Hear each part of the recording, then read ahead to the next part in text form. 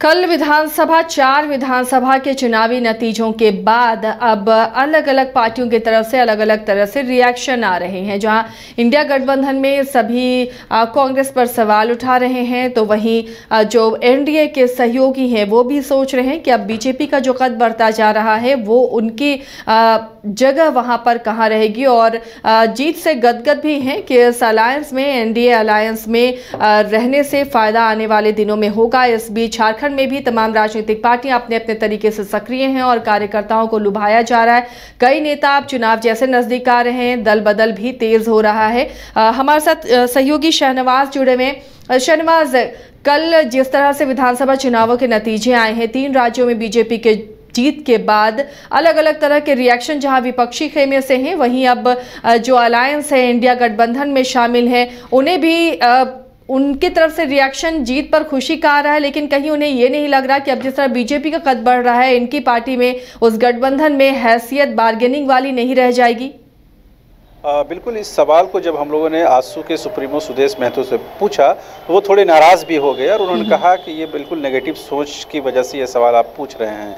बहरहाल सवाल पूछना हमारा काम है, हम लोगों ने पूछा और उन्होंने ये बताने की कोशिश की कि ऐसी कोई बात नहीं है। और गठबंधन की घोषणा पहले ही सुदेश महतो के द्वारा उस 3 दिवसीय महाधिवेशन में कर दी गई है, जिसमें उन्होंने बताने की कोशिश की कि आगामी चुनाव को आजसू जो है वो बीजेपी के साथ मिलकर चुनाव लड़ेगी। तो ये बिल्कुल स्पष्ट है। लेकिन सवाल ये है कि जिस तरह से बीजेपी ने प्रचंड बहुमत 3 राज्यों में पाई है, उसके बाद जाहिर सी बात है, कहीं ना कहीं एक साइकोलॉजी भी ये होती है कि आपका मन बढ़ जाता है और आप कहीं ना कहीं बार्गेनिंग करने वालों को आप ये कह सकते हैं कि हम उस हैसियत में हैं कि हम आपको अपने अकॉर्डिंग चीज़ों को डील कर सकते हैं।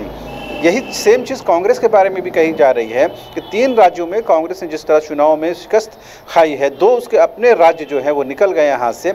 उसके बाद कांग्रेस की भी इंडिया गठबंधन के तहत ये हैसियत अब नहीं रह जाती है कि वो अपने अकॉर्डिंग चीज़ों को डील कर सके।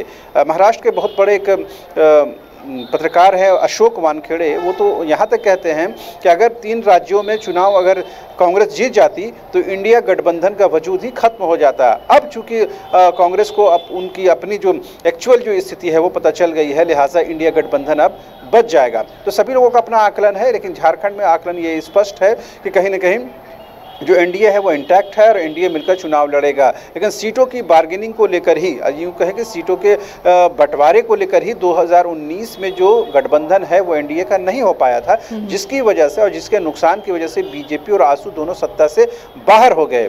क्या वो स्थिति फिर से नहीं उत्पन्न हो सकती है? इस बात का कोई भी एश्योरेंस नहीं दे सकता है, क्योंकि राजनीति में इतनी अनसर्टिनिटी है, इतनी अनिश्चितता है, जिसके बारे में कुछ भी कहना मुनासिब नहीं है। लेकिन कहीं ना कहीं आजसू ये मुतमईन है इस बात को लेकर के हम गठबंधन के तहत चुनाव लड़ेंगे और लगातार उनकी केंद्रीय नेताओं से बातचीत हो रही है, लिहाजा वो अश्योर होना उनका लाजमी भी है।